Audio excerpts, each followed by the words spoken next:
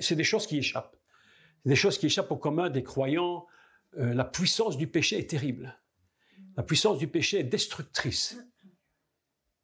Vous avez remarqué que dans la Torah, dans le Gan Eden, avant le péché, la terre portait des arbres magnifiques, des fruits magnifiques.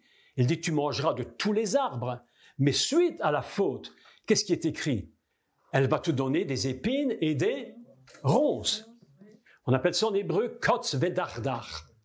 Kotz, des épines, dardar et des ronces. Des épines et des ronces. Je voudrais faire une étude un jour rien que sur kotz. Parce que kotz produit un mot qui est miketz. Et miketz a un mot qui va produire à la fin des choses. Quelque chose qui se termine en pointe et qui fait mal. Des épines et des ronces. D'ailleurs, pourquoi croyez-vous que le Mashiach portait des épines? Et pourquoi le roi portait des épines? Parce qu'il a racheté non seulement les hommes, mais il a racheté la terre. C'est pourquoi il avait une couronne d'épines. Pour récupérer la faute d'Éden de la terre. Le Messie n'est pas mort que pour nous, il est mort aussi pour récupérer la terre. Vous voyez un peu qui il est. Ça dépasse toute imagination. Non, mais ça dépasse tout. Moi, quand je parle du Messie, je suis très, très, très excité. Parce qu'il y a quelque chose en moi qui bouillonne dans mon cœur. Parler de lui fait une émulsion dans le ciel. Pendant que je te parle ici en bas de lui, alors là-haut, il se passe quelque chose. Tout le ciel est en train de se réjouir parce qu'un homme parle de lui.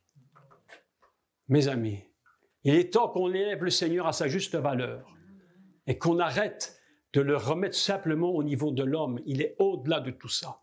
Mais je vous expliquerai pourquoi il est homme. Parce qu'en finalité, mon frère, Dieu aurait pu sauver le monde en disant, ben allez, je passe au-dessus de leurs histoires et puis je sauve l'humanité. Ben oui. Est-ce que j'ai besoin, quand mon enfant fait une bêtise, est-ce que j'ai besoin de mourir pour lui pardonner? Ben non, je lui pardonne, ça s'arrête là. Est-ce que Dieu ne pouvait pas dire, je te pardonne, ça s'arrête là? Mais il a été plus loin, parce qu'il y a dans la nature du Messie quelque chose qui doit être absolument racheté. C'est une autre histoire. Continuons la lecture. Ils ont rempli la terre de violence. Voici, je vais les détruire avec la terre. Fais-toi une arche de bois. On en a parlé hier, je ne reviens pas là-dessus.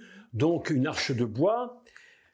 Donc, une tevat en bois de gopher. Tu disposeras cette arche teva. D'accord? Vous vous souvenez de ça? Tevat, teva. Oh, c'est pas la même chose, hein?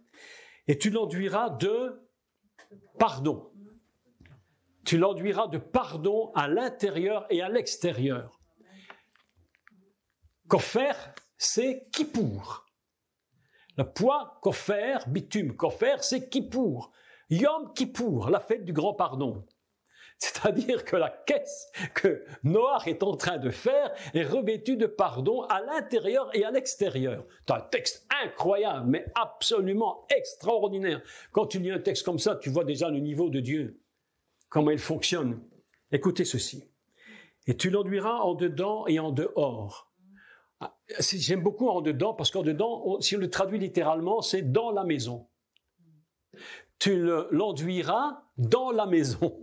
C'est extraordinaire. À l'intérieur de la maison, tu vas mettre du pardon. C'est-à-dire que c'est pas seulement sur les murs. Non, mais j'aime cette idée. J'aime cette idée. C'est pas seulement sur le bois, ben si c'est vrai, bien évidemment c'est vrai. Mais dans la maison, ça veut dire que toute la maison est remplie de pardon. Toute la maison est remplie de grâce. Toute la maison est remplie de repos et de tendresse. C'est ça le texte extraordinaire, mais c'est un texte magnifique, hein. Écoutez la suite. Je commente rapidement parce que on n'a pas le temps de tout expliquer. Voici comment tu la feras, cette teva. Tu vois comment tu la feras. Elle aura 300 coudées de longueur, 50 de largeur et 30 coudées de hauteur. Tu feras à l'arche une fenêtre que tu réduiras à 1 coudée en haut. Une en haut, une fenêtre. Tu ouvres la petite fenêtre, tu passes ta tête tout long, et qu'est-ce que tu touches? Le ciel. 1. Le haut vaut 1. Aleph, le Dieu lui-même. Pas par hasard. 300 coudées, 50 coudées, 30 de haut. La dernière en haut, tout en haut, une coudée. Il y a moyen on peut tout expliquer. Mais ce que je voudrais vous dire par rapport à ça, c'est que la grâce a une mesure déterminée par Dieu. Et ce n'est pas nous qui déterminons la grandeur de la grâce. Dieu seul détermine sa grandeur. Lorsque Dieu donne le tabernacle, il lui donne les mesures exactes. Lorsque Dieu donne l'arche de l'alliance, il dit à Moshe, voici les mesures, parce que nous ne pouvons pas inventer les mesures. Ça va tellement loin dans cette idée des mesures précises que Dieu, il y a ce qu'on appelle dans la Torah, dans la Bible, 2 mesures particulières. Il y a ce qu'on appelle la mesure du tabernacle et la mesure donc du temple également et la mesure normale. Et la mesure du tabernacle est toujours un peu plus grande que la mesure normale. Dieu ne calcule pas comme nous calculons. Nous pouvons voir quelqu'un dans la salle, je peux le calculer par rapport à sa tête, par rapport à ce qu'il représente, son intelligence, ou que c'est sa connaissance. On peut juger quelqu'un. On peut faire l'évaluation des gens comme ça. Et souvent, les gens disent, écoutez bien ce que je vais vous dire. Souvent, les gens disent, ah, j'ai ressenti ma première impression quand je l'ai vu, je savais qui il était. Vous connaissez ça? Hein, vous connaissez ça? Bon, ça me laisse très perplexe. Ça me laisse assez perplexe, je vais vous dire pourquoi. Parce que tu peux avoir la tête de Pinocchio et en même temps, tu es un homme magnifique. Tu peux avoir la tête de Louis XIV, c'était complètement pourri. Mais oui, c'est-à-dire que la première impression n'est pas toujours la bonne. Pourquoi? Parce que nous mesurons à la mesure de nos valeurs. Mais Dieu ne mesure jamais à la mesure de nos valeurs. Il mesure à la mesure de ses valeurs à lui. C'est ainsi qu'il nous mesure. Parce que s'il nous mesurait à la mesure de nos valeurs, mes amis, je vous dis la vérité, on serait tous en enfer. Ah oui? La grâce ne fonctionne pas à la mesure de l'homme. La grâce fonctionne à la mesure du Créateur. Le repos ne fonctionne pas à la mesure de l'homme. Le repos fonctionne à la mesure du Créateur. Lorsqu'on parle de Noach, on parle de repos. On parle d'arrêter de se prendre la tête. On parle de Shabbat divin. On parle de la grâce divine. On ne parle pas d'autre chose. Et c'est pourquoi il dit, voici comment tu feras ta boîte, on va dire ta teva. Je te donne les mesures, parce que les mesures de la teva, ce sont mes mesures célestes. Ce n'est pas des mesures terrestres. Ça n'a rien à voir. C'est pourquoi lorsque l'humanité rentre dans la mesure céleste, elle trouve la grâce. Il n'y a aucune autre solution de pardon si nous ne sommes pas dans la mesure céleste. C'est ça qu'il dit. C'est pourquoi il donne les mesures. Autrement, il aurait dit à Noé, passez-moi l'expression, mais débrouille-toi mon pote. Je te demande de faire un bateau, fais comme tu veux. Mais Dieu dit non, non, non, non, tu fais pas comme tu veux. Tu fais comme moi je dis. Parce que je connais la mesure de la grâce qui est capable d'enfermer toute l'humanité dans mon bateau, dans ma boîte aux lettres.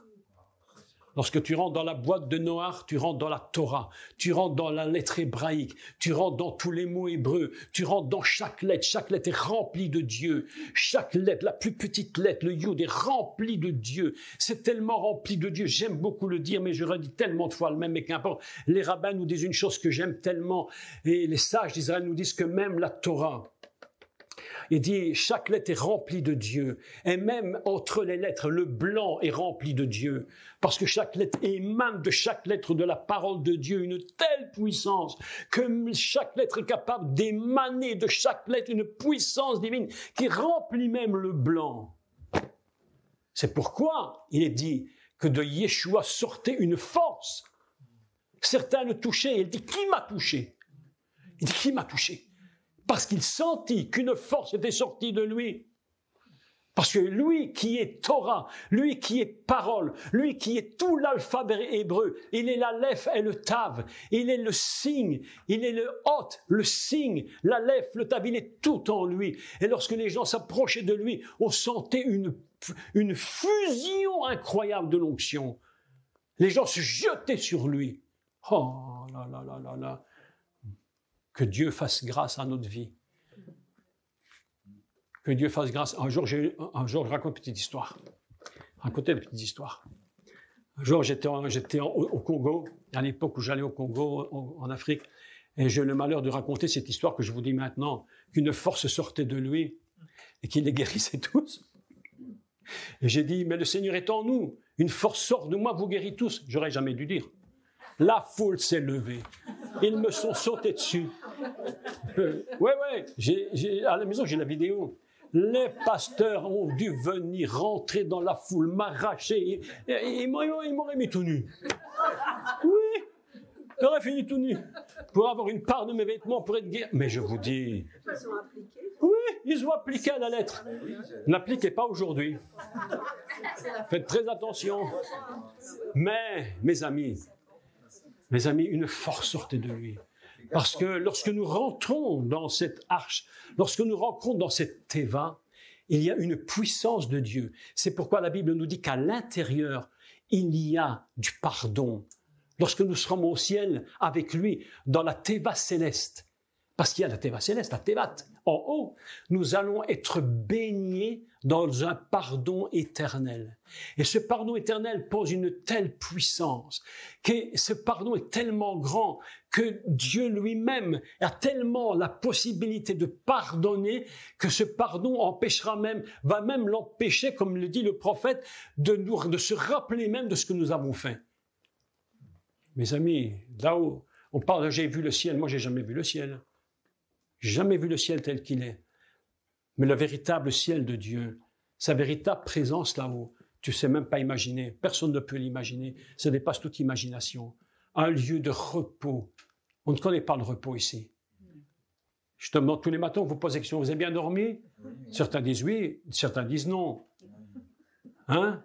Mais là-haut, mes amis, il ne dort ni ne sommeille. Ah bon? Celui qui veille sur qui? Et c'est qui d'Israël? C'est vous et moi. Continue. C'est beau d'étudier la parole de Dieu. Est-ce que tu aimes ça?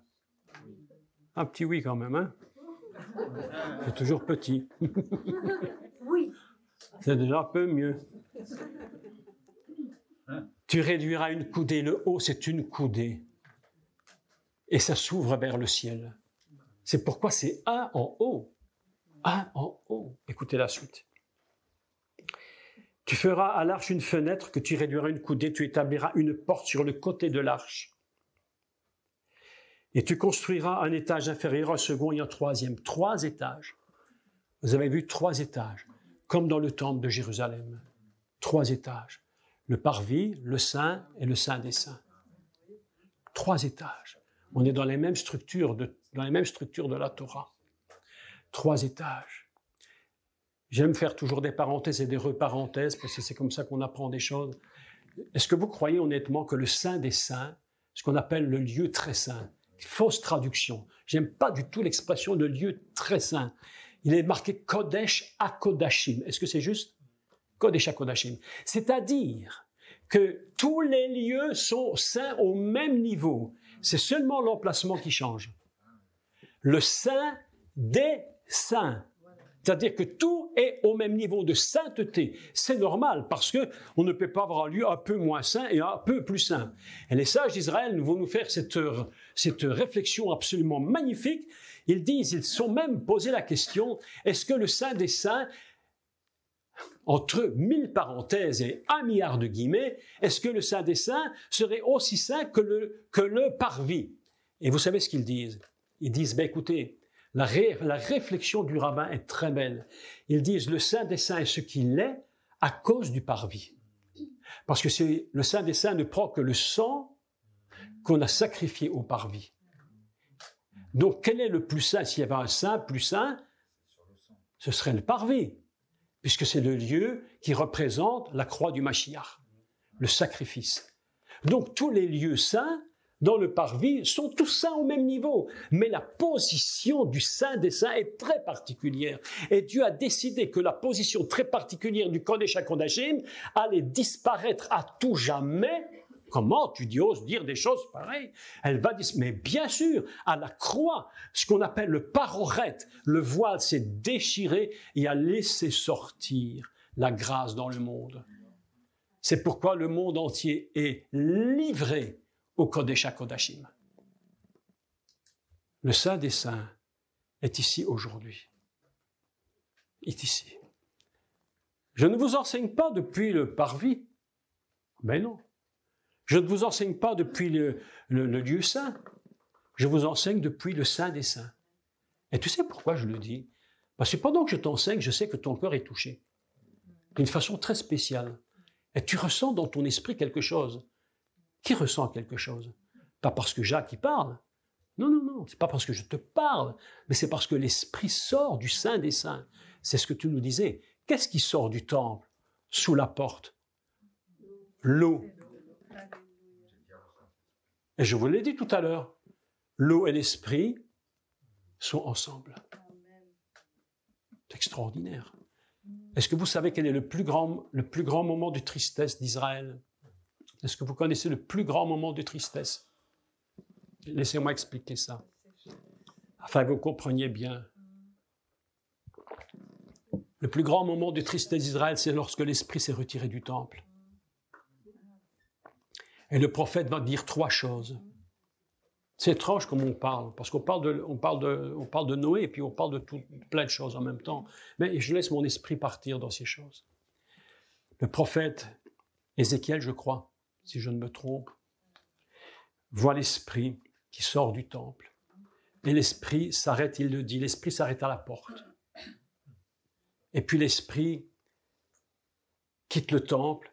Vous savez où il s'arrête en 2e position? À la ville de Jérusalem, aux murailles, à la porte. Et le prophète voit l'Esprit qui part.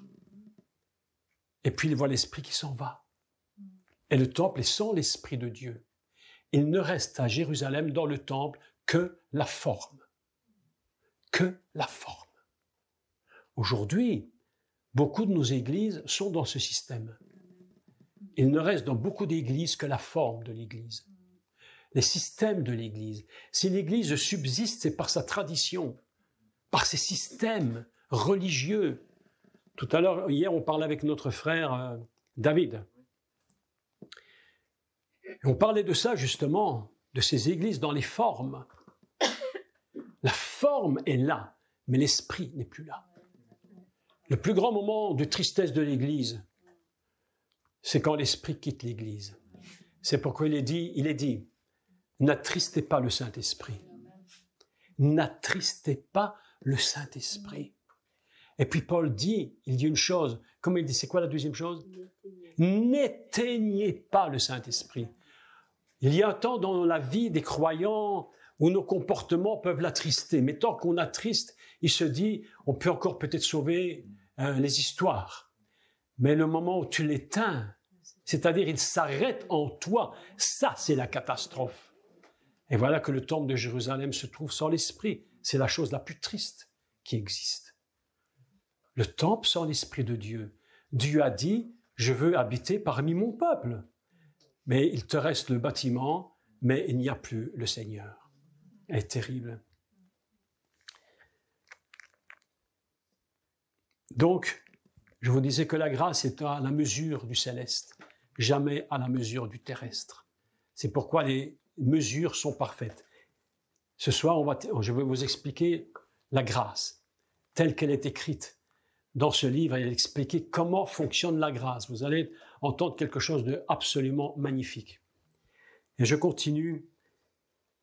Donc, il parle de la construction, et puis il dit, « Et moi, je vais faire venir le Maboul. » Donc, la confusion des eaux. Je vous rappelle, pour clôturer, que la confusion des eaux, l'eau, c'est la vie. Lorsque la vie sur terre va être vous avez vu la confusion de la vie sur terre aujourd'hui. Vous avez vu la confusion. C'est incroyable. Ça part dans tous les sens. C'est-à-dire que l'eau est en train d'être complètement confuse sur la terre.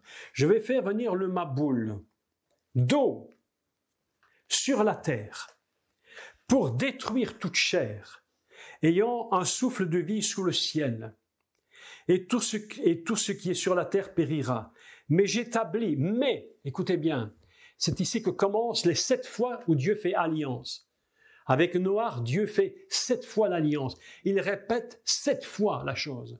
Il dit mon alliance. Il dit l'alliance. Il va m'aller plus loin. Il va dire même l'alliance de l'alphabet hébraïque. Je vais vous expliquer ça tout à l'heure. Des textes absolument impressionnants. Mais j'établis mon alliance avec toi. Important. Il détruit tout, mais il fait quand même une alliance. Dieu n'a jamais perdu l'idée de réussir ce qu'il avait prévu. Jamais. Le monde va mal, de plus en plus mal. Dieu dit, mais on va encore trouver une solution. Trouver une solution. La solution, c'est quoi? Ça va être la Teva. Il va faire grâce à Noach. Il a vu en lui le juste et il va lui donner un moyen de se sauver de cette catastrophe. Écoutez la suite. Mais j'établis mon alliance avec toi. Tu entreras dans l'arche. Ce n'est pas je te ferai entrer, mais toi tu entreras dans l'arche, toi tes fils, ta femme et les femmes de tes fils avec toi. Et ici, on passe sur... Je continue, mais enfin, on ne va pas expliquer ça maintenant. Tu feras entrer dans toute chair, tu feras entrer dans l'arche chaque espèce pour les conserver en vie avec toi, puisqu'il faut recommencer le monde. Il y aura un mâle et une femelle, des oiseaux sur leur espèce. Je passe tout ça, je continue. Verset 22. Ah oui, alors, pour répondre à une dame qui m'avait posé une question hier, mais comment ils ont fait pour nourrir tous ces petites bêtes à l'intérieur? Comment ils ont fait pour nourrir ça? Premièrement, ça a duré 40 jours, c'était pas 40 ans. Donc, c'est déjà peu réduit.